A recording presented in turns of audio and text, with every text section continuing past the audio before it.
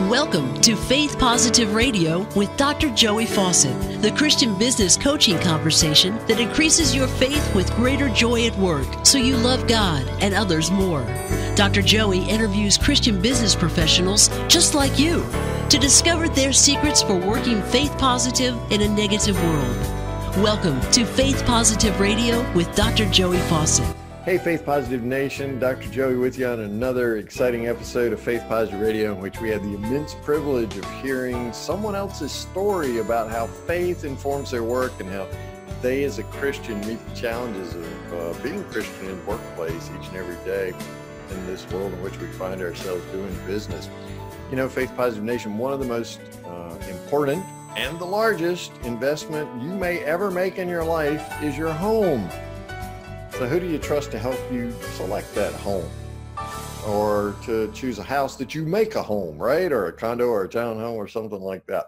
It's a big question. It's a big investment. It's an important place. That address is where you could be raising your children, or where your in-laws might move in with you. I mean, there's just all sorts of life that goes on in your home, right? So who do you trust to help you make that decision? Today's guest is a realtor in the Roanoke, Virginia area, and he's going to share with us his own faith journey of how he came to be a realtor in the Roanoke, Virginia area, and about how he helps people just like you and me to find that house that they want to make into a home. So Faith Positive Nation, help me welcome to Faith Positive Radio, Otis McAlester. Otis, welcome to Faith Positive Radio, my friend.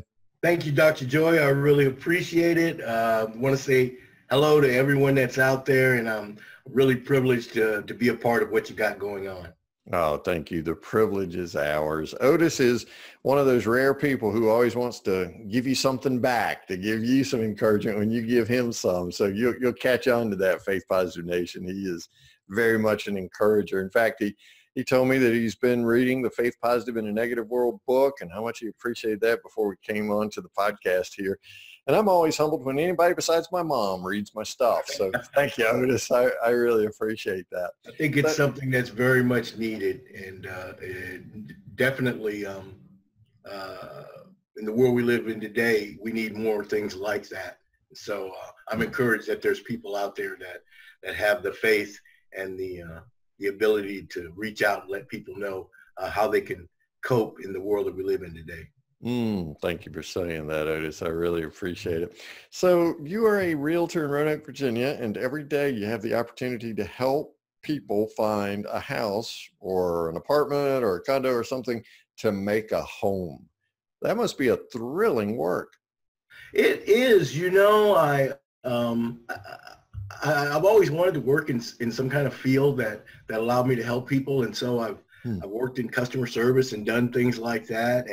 And when we got here, not being originally from the Virginia area, but when we got here about 2011, over the course of time, God opened some doors for me. I'd always wanted to work in real estate, but, you know, just wasn't sure how to get started or how to go about it. Or, you know, sometimes in your mind, you don't think that you're able to do, you know, what you really want to do. But God opened doors for me, and just kind of everything began to fall into place, and so being a realtor not only is a personal dream, but I feel like that maybe it's the will of God for me. So you weren't a realtor previously. How did you come about understanding being a realtor is the will of God for you and actually pursuing it? Well, you know, I got here and found a really, really good church that I became involved with, and have a great pastor. It was Bible Truth Tabernacle in Bedford, Virginia. Wayne Lawhorn is my pastor. And he quite often makes a statement, and that is, while God leaves things open, for you to do, to follow your heart. But he said one time, but surely God has a preference. And I thought about that. And he said, when God is in it, and when it's something that God is really, wanting you to go through, then he makes it easy. You usually have to struggle a lot. And so the way it unfolded for me, was just that way. And I started working for a company, and they said, we'd like you to get a real estate license. And so paid for me to go to school, and they paid for me. And I'd been thinking about it and talking to my pastor about it. And then all of a sudden these things began to simply, align themselves. And I felt like, wow, is this God? Is this God? And things just began to open up. And that doesn't necessarily mean that there weren't any obstacles or anything, but even in that, God kind of made a way out of no way. We say that, and it sounds somewhat cliche, in today's world, but it's a reality, that God makes ways for you to do things when you don't think you can. And so that's kind of the way it felt for me. So God made a way when there didn't appear to be a way. Absolutely. How did you come in touch with this dream, this vision, God's preference for you to be a realtor? Again, it'd been something that I had wanted to do. And, I can remember looking at the late night infomercials about, getting started in realty, and, and I probably, got involved in a couple things like that. And, things didn't really necessarily work out, or I didn't get the right information that I wanted. And then I got here, and I have a background in property management. I've done that for several years.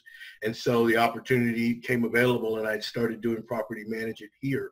And in the course of me doing that for those folks, they had a project, and I started off as the maintenance manager, and then became their property manager.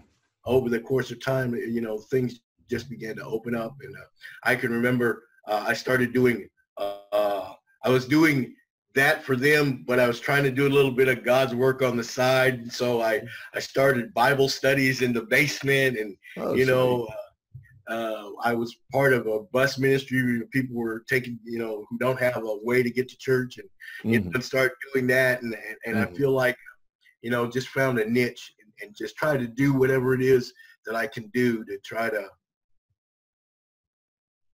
bring people in contact with God, and help people to pursue that. And I think, that God honored those things, and allowed me to find myself working here and doing what I'm doing. And it's very fulfilling. I get to help a lot of first-time home buyers and people that have a dream, maybe that want to own a home. That's the American dream, as we say. And having the opportunity to help people fulfill that it's very fulfilling. Yeah, it sounds like it. So what is it like, beyond fulfilling, what is it like to help, let's take a first-time home buyer. What's it like to help a first-time home buyer discover a home and walk through that process, which can seem so arduous to so many people, because, just collecting all the data for the mortgage alone is enough to discourage somebody. It can be. Yeah. What's it like for you to help somebody like a first-time home buyer get into there? A lot of it is dispelling a lot of information that's not necessarily true. Okay. And so people will get a mindset because of the environment they're in, maybe because of situations in their past, maybe because of their personal outlook on their future. And in their mind, they say, well, sure, I'd like to have a home, but I don't think that I can do that.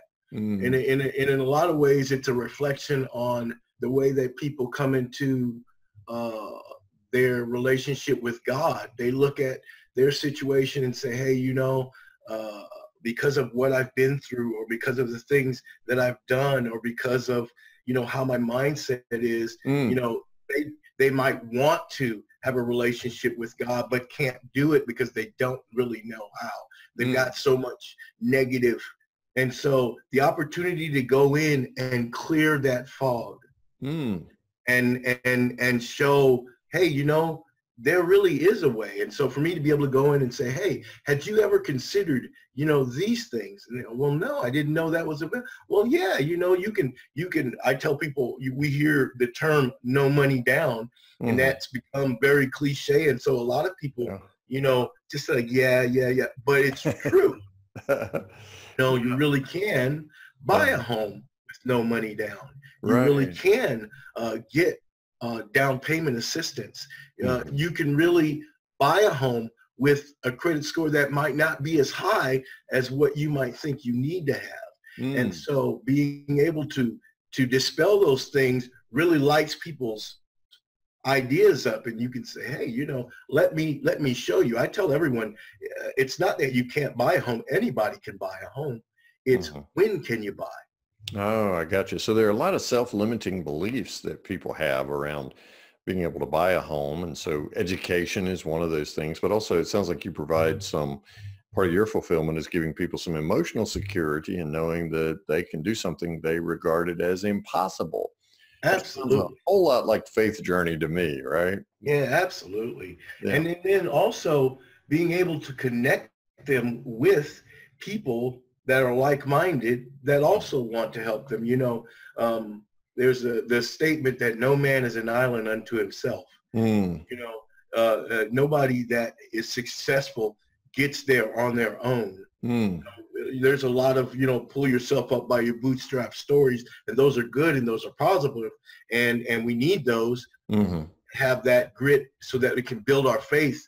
But the reality is there's always generally someone in place that can help you, that gives you that handhold and pulls you, and then another guy that can pull you. And so me as a realtor, I rely on other people too. I've got other people within this sphere, mortgage lenders and title company people and other cogs in the wheel that also have the same desire to see people, get their own home and do those things. And so being able to put people in connection with folks that also want to help them, or credit repair, people that can help them. Maybe you've had some situations in the back, but those things can be corrected.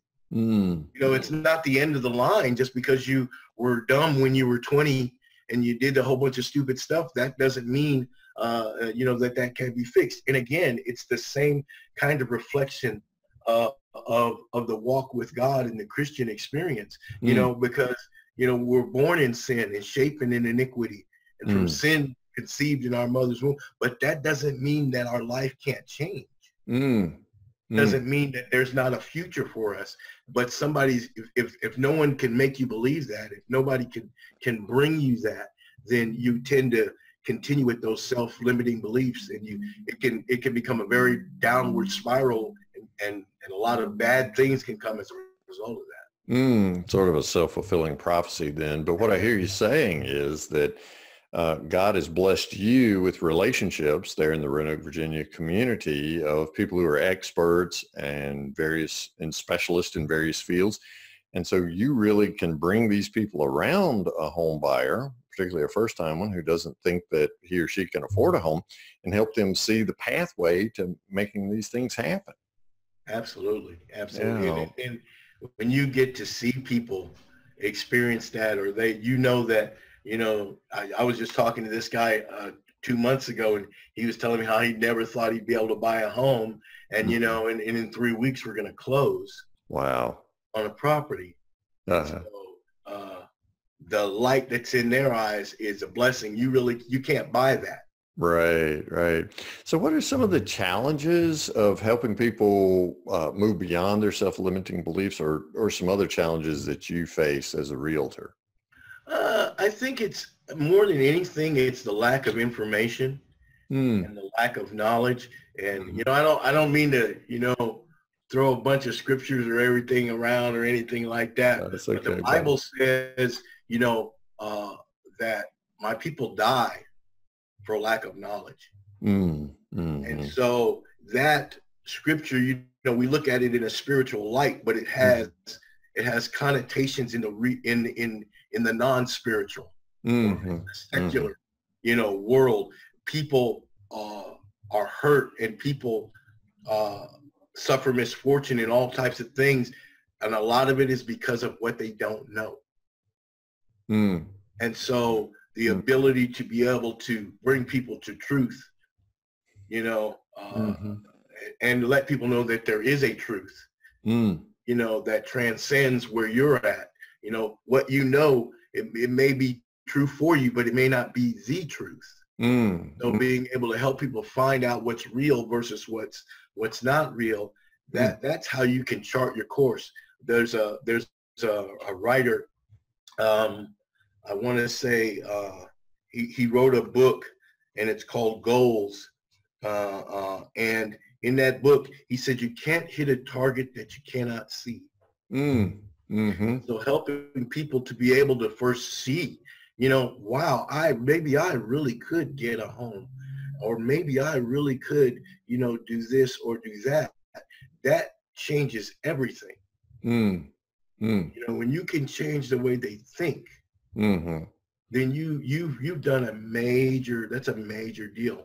And so being able to get in front of people and just let them know what's available, that's probably the biggest concern. You know, you just run across people that have already preconceived notions about what they can and can't do.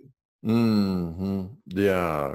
And to liken it back to a previous part of the conversation when you were talking about, you made me think of some of us think that we have to get our act together before we can come to Jesus, right? I got to quit this or quit that, or start doing this or start doing that.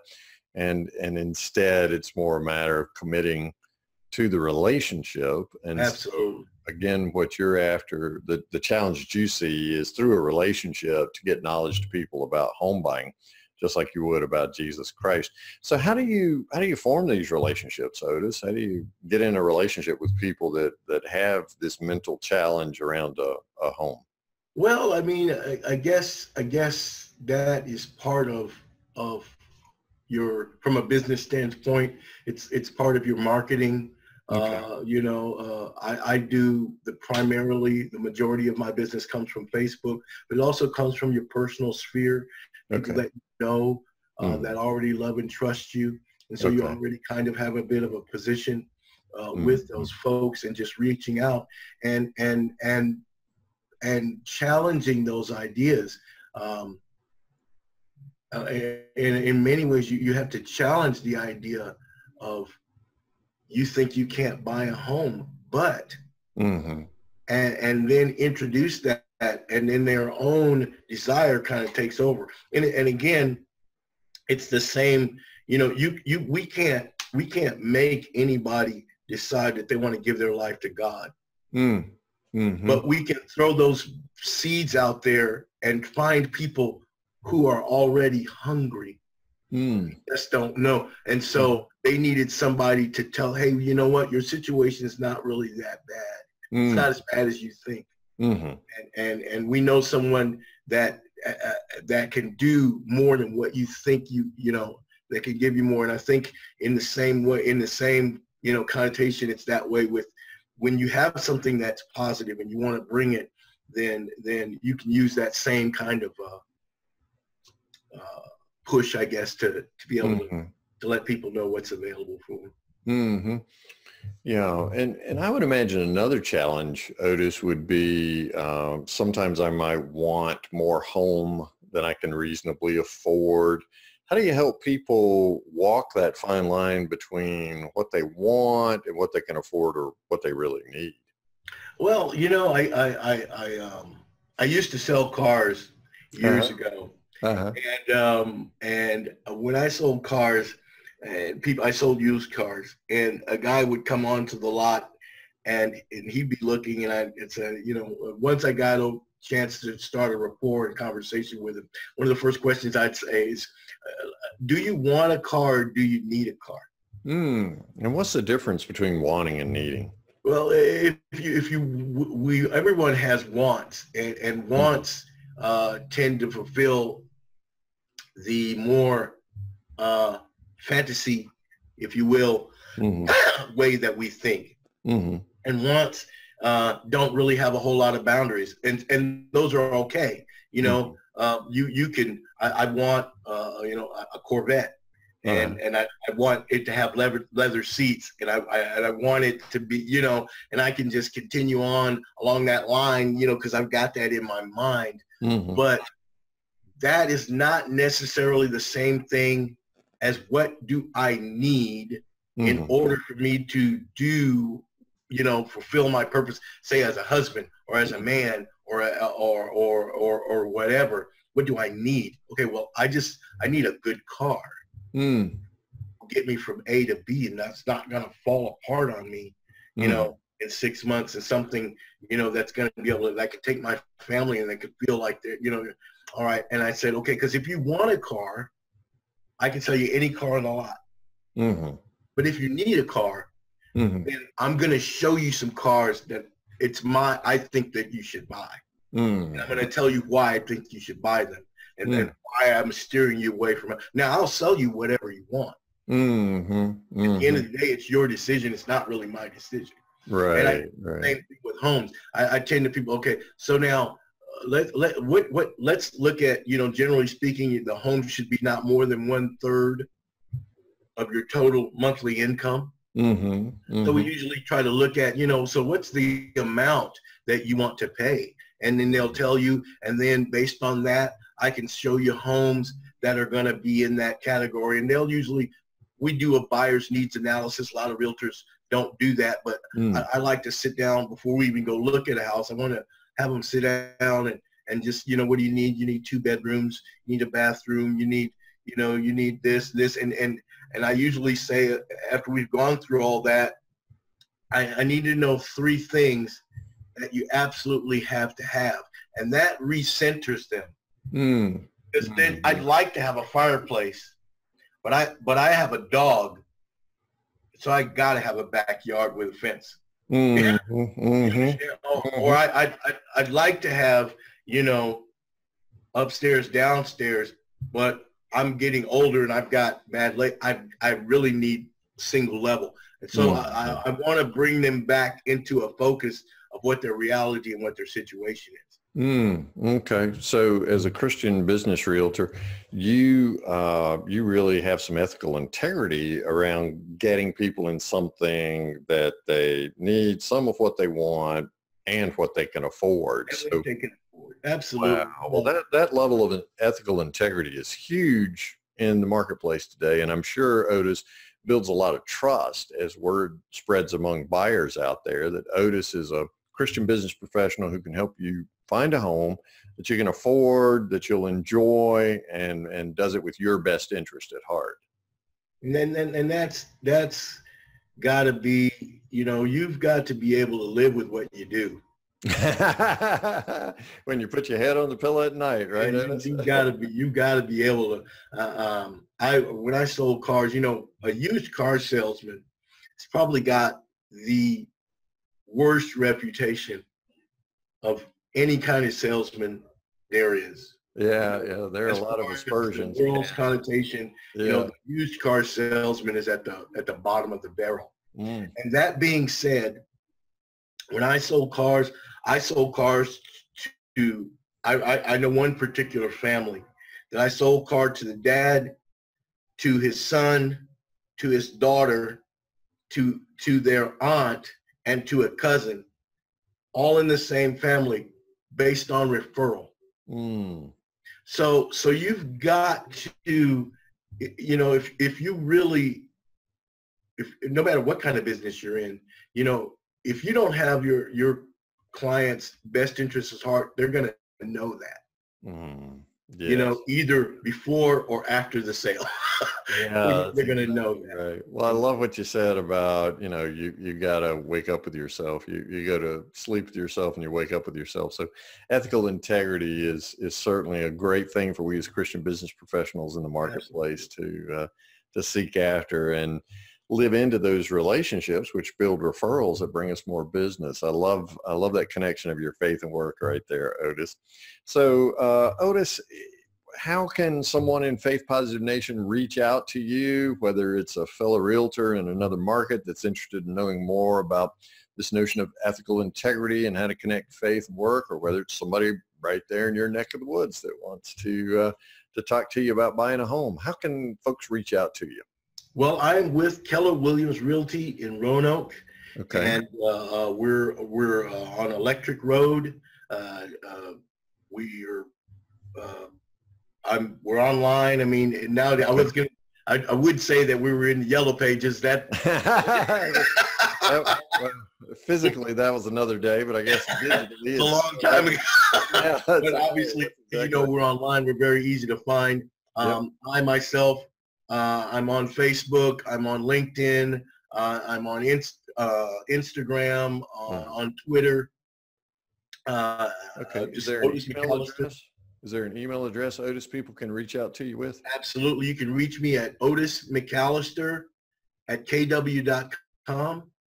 Okay. And you can also reach me at McAllisterMarketing@gmail.com. Okay. And both of those email addresses Chuck's put on Otis's page on our website at getpositive.today. So if you're listening to this on Spotify, iTunes, or someplace like that, just go to getpositive.today, search for Otis McAlester, and you can find his contact information right there on his page. Faith Positive Nation always wants to know from our guest, Otis, about a favorite Bible verse or Bible passage. You got one you'd like to share with us? It's hard because it is hard. There, 60. You like the whole, I like it all. It just depends on what I'm going through or where I'm at. What scripture happens to be. But there's one scripture that I've always loved. It says, it's in Romans. He says, I beseech you therefore, brethren, by the renewing of your mind, that you may prove what is that good and acceptable and perfect will of God. And at the end of the day, we've got to have our minds renewed, on a daily basis. It all starts right here. I believe John Maxwell and Max Lucado also talked about the battleground being in the mind. It is, indeed. And that's where a lot of times where it's win or lost. So I'm always wanting God. God, help me to keep my mind right. Help me to have the right kind of thoughts. Help me to have the right kind of attitudes. It's not so much what you did as it is how you feel about it. Absolutely. And that's the perceived core practice of the faith positive work style, right? Yeah, absolutely it is. Otis McAlester is a realtor in the Roanoke, Virginia area. You've got his email addresses there on his page on our website at getpositive.today. Otis, thank you so much for the opportunity to hear your story about how ethical integrity is such an important part of your helping, particularly first-time home buyers, to discover a house that they can make a home and all sorts of wonderful life experiences there. Homes which we pray are filled with the love and compassion of Jesus Christ. Thank you, Otis, and I pray God's blessings on you and your incredible family. Thank you so much for giving me the opportunity, and I pray that God will continue to bless you and help you to reach as many people as possible. Thank you, Otis. God bless you, my friend. God bless you. Thanks for listening to Faith Positive Radio, the Christian business coaching conversation that increases your faith with greater joy at work so you love God and others more. Suggest guests and ask questions when you email Dr. Joey at info@getpositive.today. And be sure to get your free gift of the 5 positive business conversations to have today coaching program at getpositive.today. Until next time, may God bless you with everything your heart can hope for and more than your mind can imagine.